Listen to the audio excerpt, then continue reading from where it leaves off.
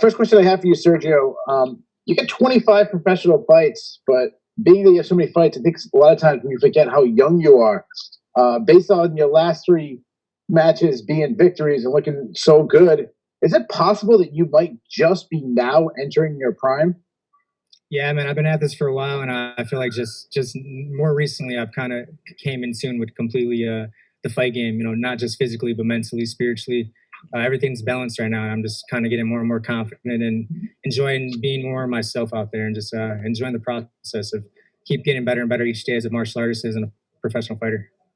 Yeah, totally. You look fantastic tonight. Thank you. I know you want to enjoy your victory, but right before the fight, they announced the winner of your fight would take on the winner of Patrick Mix versus Juan Archuleta, who's going to fight for the vacant title. So now you got facing that winner. Do you have a preference on who you face, and do you have a prediction who you think will win that matchup? No predictions, no preference. Whatever happens is going to happen. I'm going to go out there and fight him, whoever the winner of that fight is. I believe we both have great styles. I've trained with Patrick before, and Juan, I've been watching Juan fight for a while. So, I'm excited, man. It's a good opportunity for me and an opportunity to get better and better and just come back after this fight, get straight to the gym, and go back to the drawing boards. Last question. Obviously, you're fighting for the title.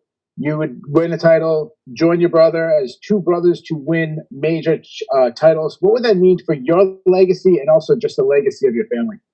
Man, my bro's got a lot of belts, I feel like I got to join him now. So it'd be awesome to get that belt in a new organization like Bellator. So yeah, I'm very excited for this opportunity, and I'm very motivated. Congratulations once again. Thank you, brother. All right, our next question comes from John Polai. Your line is live. Sergio, first off, congratulations on the win. Why don't you go ahead and take us through your performance and what you saw in there? John Polai, your line is live. Yep. Can you hear me now? Am I there? Yes, sir. All right, awesome. Sergio, first off, congratulations on the win. Appreciate you. So why don't you go ahead and take us through your performance and how you saw it in there? I went out there and I feel like I did good. It's hard to tell how exactly I did. And I asked all the Bellator people, like, how did I do? Did it look good? But I feel like I did what I did to get the job done. Ricky was tough, man. Honestly, he was a lot tougher than I thought it'd be. He took some good low kicks, hit him with some decent punches. He threw some nice spin kicks at me that landed pretty well. It was a good fight, I think. I'm gonna go back and watch it myself tonight and see how I did. Just try to fix the mistakes that I made and try to keep critiquing myself. Yeah, I wanted to ask you about those low kicks that you were throwing. It seemed that they had a lot of effect on him. Was that part of your game plan coming in to have those low kicks in your arsenal? Honestly, it wasn't. And this is my first time actually throwing a lot of low kicks, and that shit hurts. My legs are sore, my feet are sore. But definitely something I'm gonna keep adding to my game, especially being a shorter opponent. I got to use my legs a lot more. I'm just, I'm blessed. I'm blessed to go out there and have a good performance. Thank you, John. Nice to see you. And yeah, man, I'm just gonna keep on continuing from here. Go watch the fight and see how I did. All right, man. Well, enjoy it. Congratulations on the win. Appreciate you, brother. Have a good night.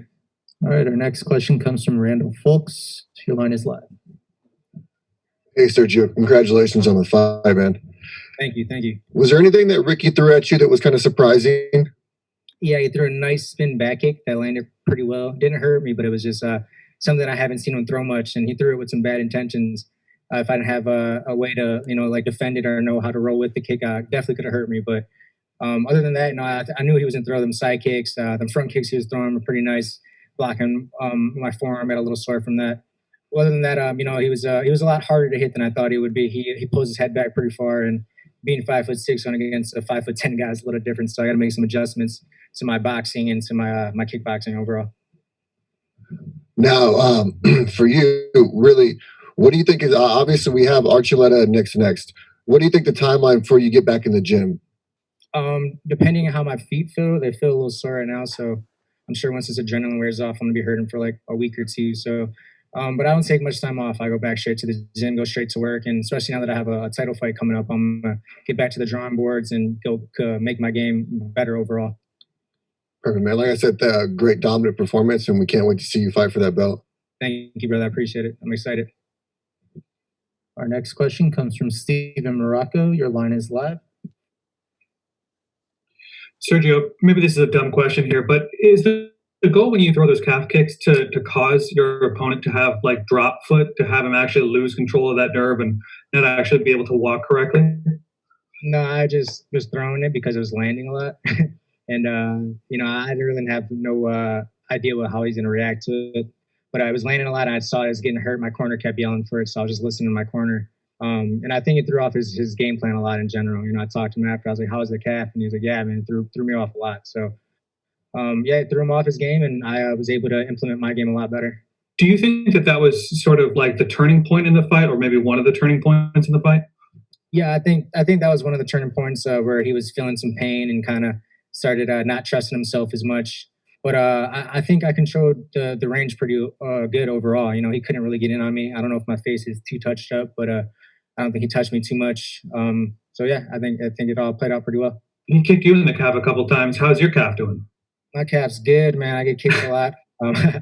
No, I mean, yeah, my calves, I don't feel that at all, but my feet, I definitely are feeling some type of way. Cool. Thanks, Sergio. Congrats. Appreciate you.